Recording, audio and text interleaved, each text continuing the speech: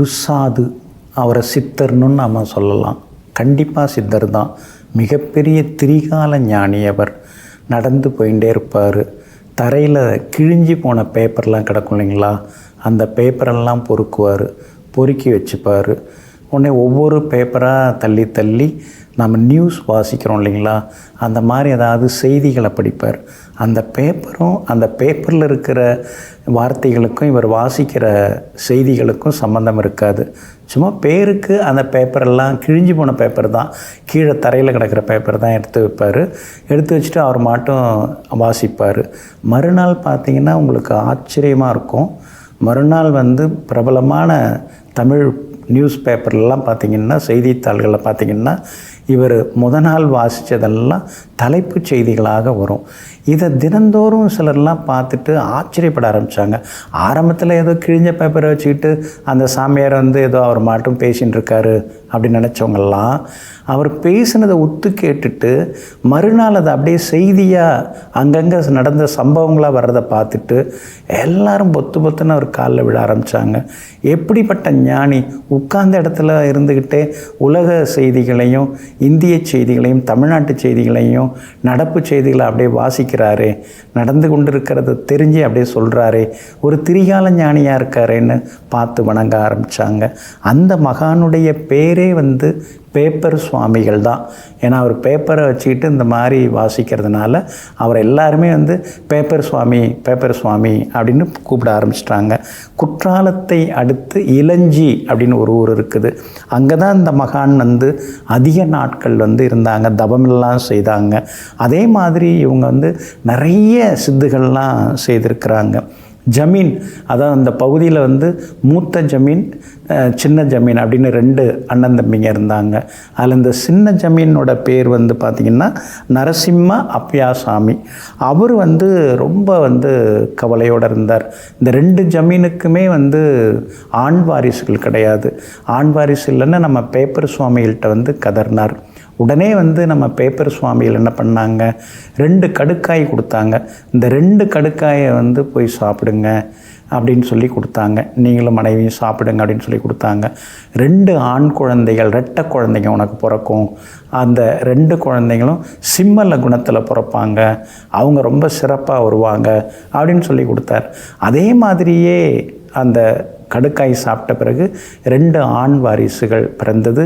அந்த 2 ஆண் வாரிசுக்கும் சின்ன பேப்பர் பெரிய பேப்பர்னு செல்லமாக பேர் வச்சு அந்த சின்ன ஜமீன் கூப்பிட ஆரம்பிச்சிட்டார்.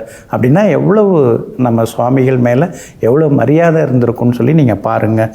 அதே மாதிரி மழையே பொழியாமல் இருந்த அந்த பகுதியில் தொடர்ந்து மழை பொழிய வைத்தாங்க. அதான் 4 ஆண்டுகள் வரைக்கும் மழை பொழியாமல் இருந்ததில் மழை பொழிய வைத்தது. நவபாஷாணத்தை சாப்பிட்டுட்டு உயிரோடு இருந்தது. நவபாஷாணமெல்லாம் ரொம்ப ரொம்ப பாய்சன், அதெல்லாம் சாப்பிட்டு உயிரோடு இருந்தது. அதுக்கடுத்து உணவு கேட்டும் தராமல் இருந்தாங்க. அவங்களுடைய அந்த ஊறுகாய் பானையில் அப்படியே புழுவாக புழுக்க ஆரம்பிச்சிருச்சு.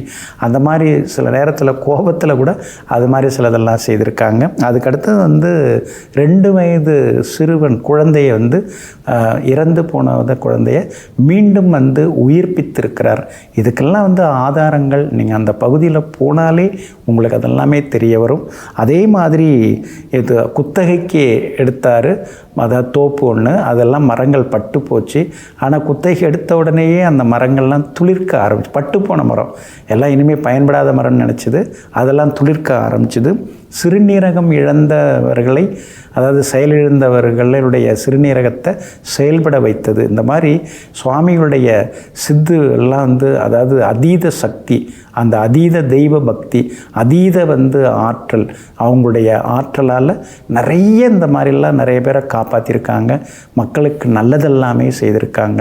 மிகப்பெரிய மகான் இந்த சித்தர், பேப்பர் சித்தர் அவர்கள். இந்த பேப்பர் சித்தர் அவர்கள் 14/5/1956 சித்திரை 31 ஞாயிற்றுக்கிழமை நள்ளிரவில் திருவாதிரை நட்சத்திரத்தில் ஆத்ம முக்தி பரிபூரணம் அடைஞ்சாங்க. அதே மாதிரி சித்திரை மாதம் வளர்பிறையில் வரக்கூடிய திருவாதிரை நட்சத்திரத்தில் ஒவ்வொரு வருடமும் குரு பூஜை சீரும் சிறப்புமாக அந்த பகுதியில் நடைபெற்று வருகிறதுங்க. இந்த மகானுடைய ஜீவ சமாதி எங்கே இருக்குன்னா, கோவில்பட்டியிலிருந்து திருவேங்கடம் ராஜபாளையம் அது செல்லும் வழியில் 10 10 கிலோமீட்டர் தூரத்தில் இளைய சனேந்தல் அப்படின்னு ஊர் இருக்குது. அங்கே ஜமீனுடைய அரண்மனையில் ஒரு பகுதியில் இந்த மகானுடைய ஜீவசமாதி அழகாக கட்டப்பட்டிருக்குங்க. இங்கே போனாலே கர்ம வினை எல்லாமே விலகுங்க. முன்ஜென்ம பாவங்கள் அதெல்லாம் விலகும். முன்னோர்கள் செய்த பாவங்கள் எல்லாமே விலக ஆரம்பிக்கும். அதே மாதிரி எல்லா வகையிலும் வறுமை விலகி செல்வம் நமக்கு வர ஆரம்பிக்கும். அப்படி இருக்கிறதுனால அருள்மிகு பேப்பர் சுவாமிகளுடைய அந்த இடத்திலே ஜீவசமாதி சென்று தியானம் செய்வோம். அனைத்து வரங்களையும் பெறுவோம். நெஞ்சிற்கினியவர்களே, குருவாரம் ஆகிய இன்றைய தினம் மகான்கள், யோகிகள், தவசிகள், மகரிஷிகள், சித்தர்களின் அருளாசியால் வெற்றி திருநாளாக உங்களுக்கு அமையட்டும். மீண்டும் நாளை காலை சந்திப்போம். நன்றியுடன் உங்கள் ஜோதிட முனைவர் KP வித்யாதரன். வணக்கம்.